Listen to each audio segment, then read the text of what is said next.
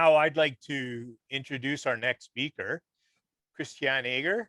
Christiane is an expert in energy efficiency in buildings and solar, biomass heating, and the dissemination and promotion of sustainable energy production and use.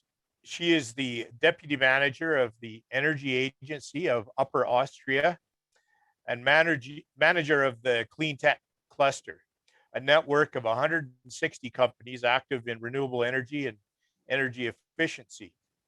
Christiane is also conference director of World Sustainable Energy Days, one of the largest annual conferences in Europe on energy efficiency and renewable energy resources. Christiane holds a law degree and a postgraduate degree in environmental engineering. So Christiane, take it away. Thanks a lot, Gord. Nice to join you here this afternoon. Bon après-midi. It's a pleasure to be here with you this afternoon. I would have preferred to be live with you in Canada, but as you all know, at the moment this is not possible, but I'm very optimistic that it will be possible soon. Again, I'm really travel deprived. I have very nice memories from a conference I spoke at in Halifax about 8-10 years ago, and I hope I will have new opportunities soon. What will I talk to you about this afternoon? This is entitled Goodbye Oil, Hello Pellets. So this is, I want to show you practically how we as a province are phasing out oil heating, how we do it, and what we gain from doing so. I will start out by introducing my province, Upper Austria.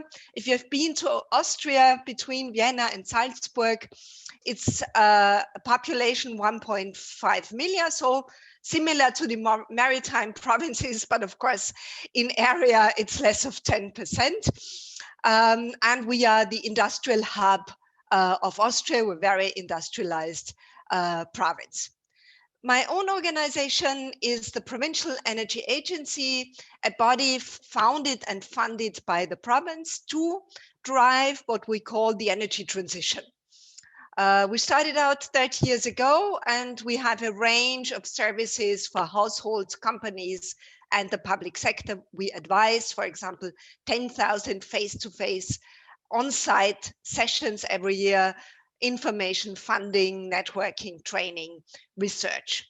So driving the energy transition in our province. One of our programs, Gordon mentioned it, it's the management of the Clean Tech Cluster, a network of energy and environmental companies with 250 partner companies. Why would a government organization run a business network? This is because if the companies get more competitive, they help us creating markets, and if markets are created together, we can drive out fossil fuels, so what we call the energy transition, leave the fossil fuel age behind us. Now, which technologies do we find in these networks? All the renewables, energy efficiency, buildings, construction, training, and the whole value chain of the energy transition. Bioenergy has a special role in this network because our province is home to a range of leading biomass boiler manufacturers. In Jamie's pictures, you saw already installations by 2 of them. 4 of them are also active in Canada. And the good news is they are doing extremely well at the moment in Europe, and also beyond. Bioenergy markets are booming. Many people who were sitting at home during this unfortunate period, they were also quite bored. And if they had the money, and many did, they decided to have a go at exchanging their old fossil fuel, their oil boiler, their gas boiler, and replacing it by a modern and clean energy system. And one of these options is bioheat. More than 25% of all modern biomass boilers are installed, are manufactured by companies from this network. On my next slide, I apologize, it's examples from Quebec, which I prepared for a conference I spoke at a couple of years ago, but I think it gives you an indicator of the type of installations they have been doing in addition to home heating, microgrids, using wood chips, a stable, a sports center with wood pellets, or a poultry farm, again with a wood chip boiler. Just some more or less random examples, and to show how these products fit into the landscape. If you want to know more, you have an opportunity quite soon. As a part of the World Sustainable Energy Days, we will hold the European Pellet Conference at an unusual date. Normally it's at the end of February, but we've decided to do a special edition in less than 3 weeks, in 3 weeks actually. And Gord Murray will speak there. He's one of our long-term speakers, as well as many other colleagues from Canada. This year we will put the focus on bioenergy for a green recovery, because clearly bioheat and bioenergy has a role to play. It is already playing this role. It will be a hybrid event, so there will be on-site conference, of course, at the limited scale, not what we have normally with 400, 500 people, but still, and you can also follow this online. If you're interested, please feel free to register. Now, on the policy framework, I heard in the introduction from my colleagues, there are many colleagues from regulators, policymakers from sister provinces. So I will explain a little bit the framework of what we have here today. So at the core is what you probably have heard about. It's the European Green Deal. What is the Green Deal? It's the decision taken by the European member states together that by 2050, Europe will be the first climate neutral continent. And this is not just a proclamation made, but there's an incredible load of policy making on all sectors, on energy efficiency, on renewables, on transport, on agriculture, on manufacturing. So this is a very busy time for all of us working with this, but also in implementing then all that legislation in our member states and in our provinces. Austria has decided to give itself the target of climate neutrality already in 2040. So that's in 20 years. So we better hurry up in order to make this happen. We have been quite busy and successful in a number of ways. So this is the share of renewables in different sectors in our province. You can see electricity production, 73% renewables, that's hydro. Where we are among the leading places in the world is in the share of renewables in space heating. So this is actually 60% at the moment is renewables. Total heating, that's 44. Jamie mentioned industrial heating versus space heating. Now here you can see this difference also here. Of our total primary energy, so that's all the energy consumed in our province, from industry to homes to mobility, everything. A third is renewable, and nearly half of this is clean biomass, clean and modern biomass. So as I said, we are industrialized province, lots of heavy industry of all kinds. So this is a testimony and a real life example that this is not a dream of some crazy environmental activist, but it is a reality in a modern and globally competitive province in Europe. We also managed to cut greenhouse gas emissions from buildings by more than a third in 10 years. Half of this is energy efficiency. So it's the improvements of the building envelope, the control system, so anything that reduces the heat consumption. And the remainder of this is converting fossil fuel heating, oil and gas, to renewables. Now, how do we heat our homes today?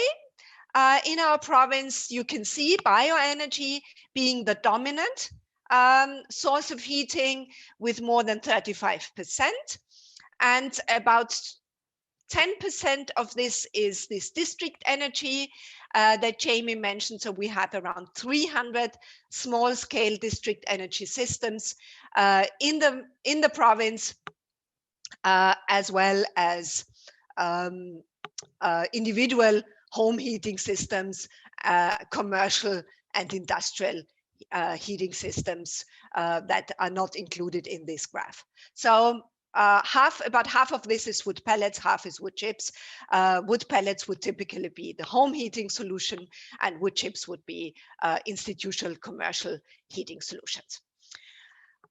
On the second place, you can see here heating oil, 18%, followed by natural gas, non-renewable district heating, heat pumps, direct electricity, and coal, which I'm happy to say is practically gone.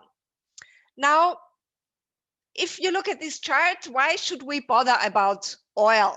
18%, it's not a lot. Why should we bother? In our own CO2 emissions, these 18% account for 45% of our total building CO2. So these are around 100,000 systems. It's not as cold as in Canada, but still. So this is 600,000 tons. 45% of our building CO2 comes from these 18%. So I hear a lot in discussions with colleagues from other EU countries, yeah, heating oil. I also used to say, oh, heating oil, but actually, when you do the CO2 calculation, the picture changes. And then they like to say, oh, in my country, everything is about gas. Now here is a slide that shows you how much oil we have in different EU countries. So typically ranging on the average 9%, but ranging from way over 30 to a couple of percent in some member states. But even if you take a larger country like Germany or France, if it's only a couple of percent, the CO2 emissions are enormous. I found that chart at the website of the Canada Energy Regulator. It has been mentioned. In the Maritimes, there is significant amounts of oil heating. And in a way, this is a good thing because it's a lot easier to convert from an economic and practical point of view than gas heating. So in that sense, you are well set for the wave of conversion and for joining us in what we are saying, which is goodbye oil, hello to renewables. And this is the slogan of our ongoing campaign. And it's not only a campaign, but it's actually a lot more. It's a whole policy package. Now, when we approach changing markets, and we have a lot of experience in doing so, we use what I call our carrots, sticks, and tambourines approach. So carrots obviously are financial incentives. Sticks is everything that regulates the market. Tambourine, also very important, is information, awareness raising, training, changing people's mindsets. And then the skateboard is the innovation and the speed that we need to make these transformations happen. Just a few examples. We have funding programs, we have energy advice, we have quality standards, and we have legislation in place. And already since last year, it's forbidden to put oil heating in new construction. You would be, I mean, kind of crazy, but nevertheless, it's good, it's forbidden. And at the moment, the final touches are being put on a national law that starting from end of this year, you will not be allowed to replace a broken oil boiler. In 2025, all 25-year-old oil boilers must be replaced, and 2035, no more oil heating. And the discussion has started, and the first legislative approaches are coming to have a similar process on a different time scale for natural gas. So this is very clear, and it's cast in stone. With all the enthusiasm about renewable heating, we should be very cautious in terms of the quality. So we have in place a whole system to make sure that those systems that are put in place meet emission and efficiency criteria. I will not go into details. We have those for heat pumps, we have those for district energy, and we have those for pellet boilers. If you're interested, I have loads of information on that. So now if you approach to change a market, you have to start thinking, how are you going to do this? So you have to understand who will be your target group, whom do you want to change something? You have to design messaging, you have to mobilize stakeholders and create public awareness. Now, we looked at our markets today. Those people who still have oil heating systems, they are late majority because everyone else, they have done it. They are not people who are typically very environmentally conscious. And is this a social issue? Yes, of course, but it's going to be much more of a social issue when people have to. So better to start now and to put in programs where you can plan the process than to wait until someone has to, but because then it's going to be a serious issue. So in our campaign, we are friendly. We say it's time to say goodbye. There's no reproach, and we talk a lot less than we normally do about the other benefits, so a lot less than about climate change and cost savings, because this has not worked for these target groups. So what are our messages? Oil heating is not modern anymore, it's dying out.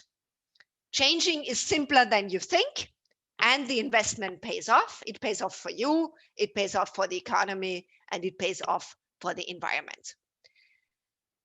We are mobilizing stakeholders, reaching out and working mostly with people who can reach people directly in their social environment. So municipalities, schools, associations, and clubs. And they all together, we work on help spreading the message. Now, there are lots of detail in this awareness campaign. I will not go into them. We'll have competitions and standard trade shows and news. Our partner municipalities do many different activities. They're now restarting as it's we can start having public meetings in these weeks. So this is starting again. And we are also partnering with installers and manufacturers. They're offering special rebate. They use their own client database, and we work with school associations, clubs, and everyone who wants to have their say. And we help those Fridays for Future who are concerned about climate, but often maybe are so content rich. So we work with them and give them specific content, give them data, give them material, so that they can, let's say, increase the value of their reach out with concrete proposals for activities. Some lessons learned for other provinces that want maybe to go a similar way. I would start by, you have to understand, quantify, and communicate the benefits. There is, whether people like me like it or not, or like many of you, there are many people who don't give a damn about climate change. You can, of course, work for changing that attitude, and that is good. However, the good thing about modern wood heat, it has so many other benefits that you can also work with those. Also, our experience in, there are also many people who say, okay, that home heating, it doesn't cost the earth, so I don't want to be bothered. But there, again, we have the arguments of being modern, of being doing the right thing that is mainstream, of understanding that it's not a lot, it's not very complicated. So we work a lot with these benefits. Second, market segmentation. Often I hear in these debates, people discuss the most difficult and challenging group. So which consumer group is likely to be early adopters? It's probably not the fuel poor, or it's probably not complex ownership situations. So is it, in my case, in our case, typically it would be homeowners in their 40s who are financially stable and who just have an oil heating system because no one gave them a little push. So in other countries, other people are the early adopters. But I think this is quite critical. You can always discuss the difficult and hard to reach group, but start with those that look the most promising.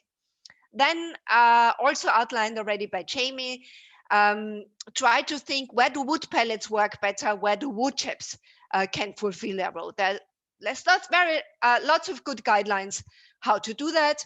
It's important to have a value chain approach, because modern wood heat requires a supply chain of good quality fuel, of good of equipment installers, of maintenance. So this has to be in place.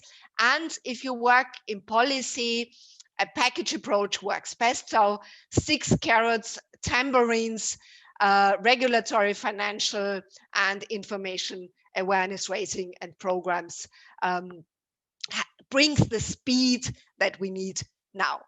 Now, to conclude, who profits? This is the result of the most recent funding program round. And you can see of the homeowners that we could mobilize, half of them said hello to pellets, a third said hello to heat pumps, 5 to district energy, and 10 to wood chips and logwood. So I hope soon in the Maritimes you will join me in saying goodbye oil and hello pellets. Thank you for your attention, and I'm happy to answer questions should there be any. Thank you.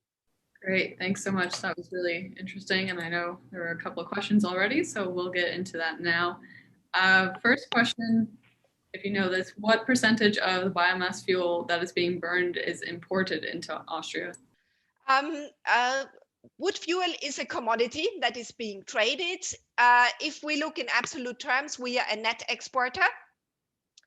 Obviously, there are streams of trade. Especially we are in the middle. We are not like Canada with a solid, but we have 10 neighbor countries with, so there is a certain amount of local trade. For wood chip, typically you would not transport it for longer than 50 to 100 kilometers, because that is economically not a good idea. Wood pellets are a bit more of a commodity, but in overall terms, we export more than we import, and most of it comes from Austrian forestry and Austrian pellet production. Okay, next question. Are European boilers safe, and why do you think that they have to be redesigned before they're allowed to be used in Canada? And shouldn't they be similar standards, really? Yeah, well, I can, we have to accept that different jurisdictions have different rules. That's how it is. I'm not one of these groups who say this is market protection, but this is just historic developments of how you make sure that products are safe.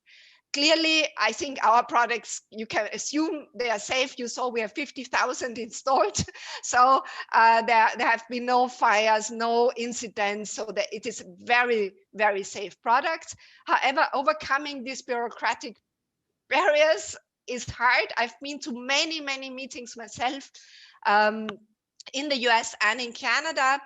The challenge is that this recertification is very costly and very, very time consuming. So if you are a manufacturer, you need to certify each individual boiler, or you need to import ASME tested boilers, put them into your equipment, and then so it would be wonderful if together we could, as part of this, could make them happen. It would not be a loss in safety, but it would actually help to bring equipment prices down, also for North American customers. Okay, I think we have time for one more question. In Austria, what is the criteria for using wood pellets versus using wood chips? Well, we have a checklist. If you are interested, you can send me an email and I can then share this. Typically, small scale would be wood pellets, larger scale would be wood chips. However, there are certain circumstances. For example, if people live in a very dense area and they don't want too many lorries, they would go for wood pellets. Also, if you use them in industry that doesn't want to have, that is fuzzy about things, they would also go for wood pellets. On the other hand, there are homeowners in rural areas who say wood chips are fine for me. In my garage, I can make, and wood chips would be cheaper. That is clear. Wood pellets are slightly more expensive. And then there are boilers for everything. Good wood chip boilers are somewhat more expensive than good wood pellet boilers because the equipment needs to be more robust. And the higher quality wood chips you have, that also decreases the costs of the boiler. So if you have really wet wood chips, there are good boilers for that, but they would cost somewhat more.